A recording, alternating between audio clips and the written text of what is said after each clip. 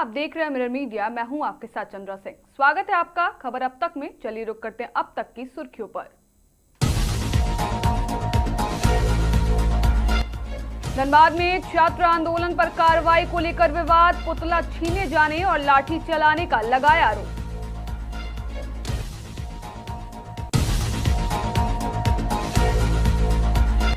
छात्रों पर कथित लाठीचार्ज से गरमाई सियासत, संजय सेठ ने की सीबीआई जांच की मांग।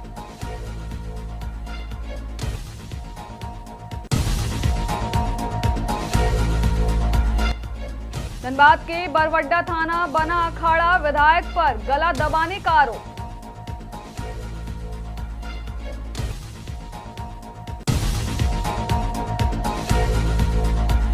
हजारीबाग के गिद्दी में पुलिस और अपराधियों के बीच मुठभेड़, 2 अपराधियों के पैर में लगी गोली।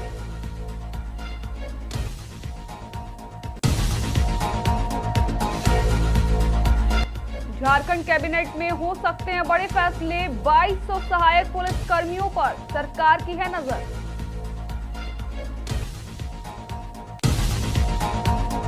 अब खबरें विस्तार से।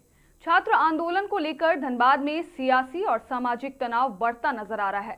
छात्रों के प्रस्तावित कार्यक्रम को लेकर उस वक्त विवाद हो गया जब प्रदर्शन के दौरान पुतला छीने जाने और पुलिस द्वारा लाठी चलाने का आरोप लगाया गया।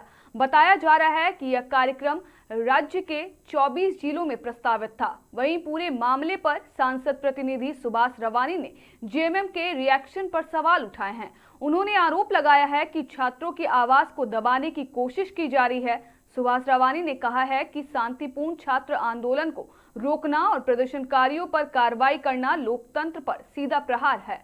अब सवाल है कि आखिर छात्र आंदोलन को लेकर इतना विवाद क्यों बढ़ा और क्या प्रदर्शनकारियों पर हुई कार्रवाई को लेकर प्रशासन कोई सफाई देगा?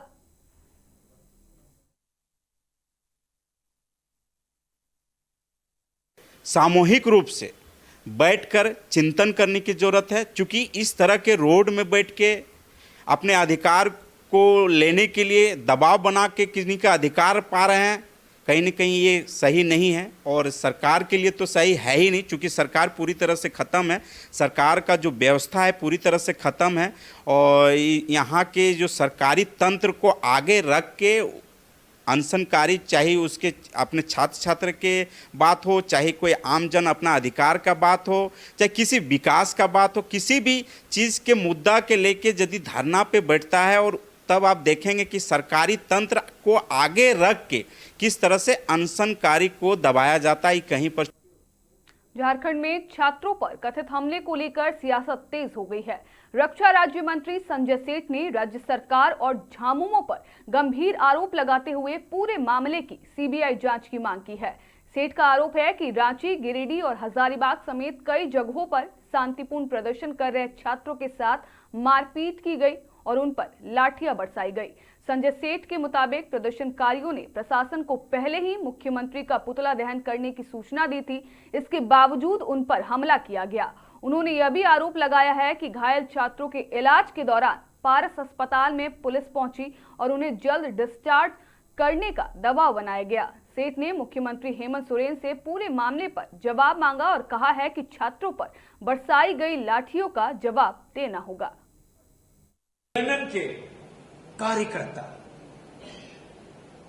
जिस तरह लाठियां लेकर, ऐसे छात्र जो संस्कारी हैं, जो डेमोक्रेटिक सिस्टम के तहत अपना विरोध कर रहे थे, उनको रांची, गिरिडीह, हजारीबाग, गढ़वा जमकर पीटा गया। और मैंने फुटेज देखे कि सदर अस्पताल की बाउंड्री के अंदर जाकर पीटा गया। और पारस हॉस्पिटल, अन्य हॉस्पिटल में जो पुलिसिया दबाव उनके डायरेक्टर्स पे, सिविल सर्जन पे, कि डिस्चार्ज करो, कोई बात नहीं, डिस्चार्ज करो।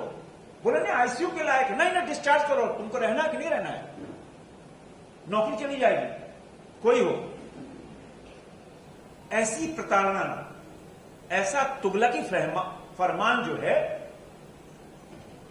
हमने आपातकाल के समय देखा। धनबाद के बरवड्डा थाना परिसर में जमकर हंगामा हुआ।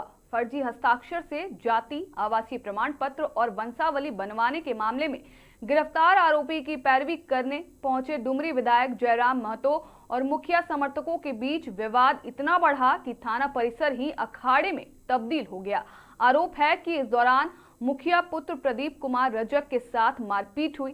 प्रदीप ने विधायक जयराम महतो पर गला दबाकर जान से मारने की कोशिश करने का गंभीर आरोप लगाया है। उनका दावा है कि घटना थाने में लगे सीसीटीवी कैमरों में कैद है और फुटेज की जांच सच्चाई सामने आ सकती है। दरअसल बड़ा पिछड़ी पंचायत के मुखिया यशोदा देवी ने गणेश दास पर फर्जी हस्ताक्षर के जरिए प्रमाण पत्र बनवाने का आरोप लगाया था। इसी मामले में गिरफ्तारी के बाद विधायक थाने पहुंचे थे। फिलहाल पूरे मामले में पुलिस की कार्रवाई और सीसीटीवी फुटेज पर सबकी नजर है। जयराम महतो विधायक जी, क्या किया? उसको हम बोल रहे थे विधायक जी आप गलत के सपोर्ट क्यों करने आए? तू नटिया मेरा पूरा गबचा दिया नाखून से, तब उसका हाथ हम पकड़े हटाने के लिए। तब हम देखे हाथ जब टच किए तो देख रहे ब्लड आ रहा है पूरा। क्या जान मारने की नीयत से पकड़ा था? जान ने पूरा नट्टी तो मेरा सांस फूल रहा था। अरे जान मारने की नीयत से? हाँ, जान मारने की नीयत। क्या नाम हुआ? प्रदीप कुमार रजक। आप क्या कौन मुखिया जी के कौन हुए? पुत्र, बड़े पुत्र हैं। हजारीबाग के गिद्दी थाना क्षेत्र में शनिवार को पुलिस और अपराधियों के बीच मुठभेड़ हो गई। पुलिस की जवाबी कार्रवाई में 2 अपराधियों के पैर में गोली लगी, जिसके बाद दोनों को गिरफ्तार कर लिया गया। घायल अपराधियों की पहचान बादल कुमार और रोहित कुमार उर्फ पीटर के रूप में हुई है। दोनों को बेहतर इलाज के लिए हजारीबाग के शेख भिखारी अस्पताल भेजा गया। पुलिस के मुताबिक रात करीब 2:30 बजे सूचना मिली थी कि राहुल दुबे के कुछ गुर्गे बड़ी वारदात को अंजाम देने की फिराक में इलाके में घुस रहे हैं। सूचना के बाद गिद्दी और उरीमारी पुलिस ने पुराना कांटा घर रोड के आसपास चेकिंग शुरू की। तड़के करीब 3:50 पर बाइक सवार 3 संदिग्ध आते दिखे। पुलिस ने रुकने का इशारा किया तो वे भागने लगे।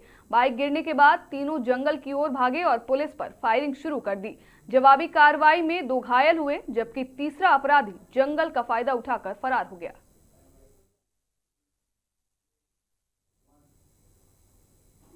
हजारीबाग के बरहई में शनिवार को पुलिस ने जीटी रोड पर गौवंशीय पशुओं से लदे 21 ट्रकों को रोककर जांच शुरू की है। बरहई थाना क्षेत्र के करियातपुर नई टाड़ के पास करीब 5 बजे गश्ती के दौरान पुलिस ने एक के बाद एक गुजर रहे 21 ट्रकों को रोका।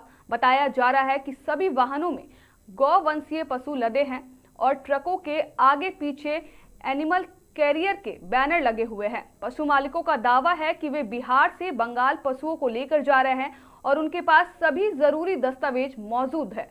हालांकि पुलिस दस्तावेजों और पशुओं के परिवहन से जुड़े तमाम पहलुओं की गहनता से जांच कर रही है।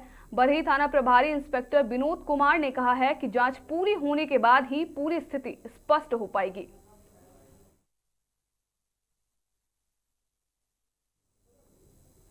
तेलंगाना के यादाद्री भुवनागिरी जिले के पूंचमलपल्ली मंडल स्थित एक फार्मास्यूटिकल कंपनी में शुक्रवार देर रात केमिकल रिएक्टर में अचानक जोरदार विस्फोट हो गया। धमाका इतना तेज था कि प्लांट के एक हिस्से में भीषण आग लग गई।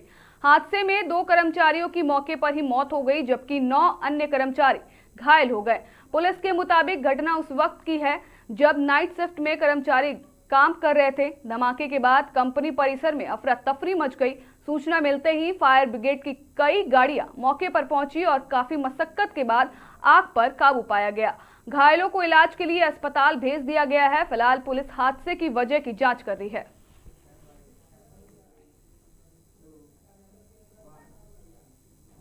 मुख्यमंत्री हेमंत सोरेन की अध्यक्षता में 25 अगस्त को राज्य कैबिनेट की बैठक प्रस्तावित है। बैठक को लेकर मंत्रिमंडल सचिवालय एवं निगरानी विभाग ने सभी मंत्रियों और संबंधित अधिकारियों को सूचना दे दी है। बताया जा रहा है कि करीब 2 दर्जन प्रस्ताव मुख्यमंत्री कार्यालय को भेजे गए हैं। कैबिनेट में नक्सल प्रभावी 12 जिलों में अनुबंध पर नियुक्त 2200 सहायक पुलिसकर्मियों के अवधि विस्तार के प्रस्ताव पर मुहर लग सकती है। गृह विभाग ने प्रस्ताव तैयार कर वित्त विभाग को भेज दिया है और विभागीय सहमति के बाद इसे कैबिनेट के सामने रखा जाएगा। इसके अलावा जेपीएससी के अध्यक्ष और सदस्यों की नियुक्ति पर भी अहम फैसला संभव है। सीआईडी जांच शुरू होने के बाद आयोग के शीर्ष पदों पर इस्तीफों के चलते फिलहाल अध्यक्ष और सदस्यों के सभी पद रिक्त हैं। ऐसे में कैबिनेट का फैसला बेहद अहम माना जा रहा है। फिलहाल के लिए इतना ही। बाकी तमाम खबरों के लिए बने रहें मिरर मीडिया के साथ।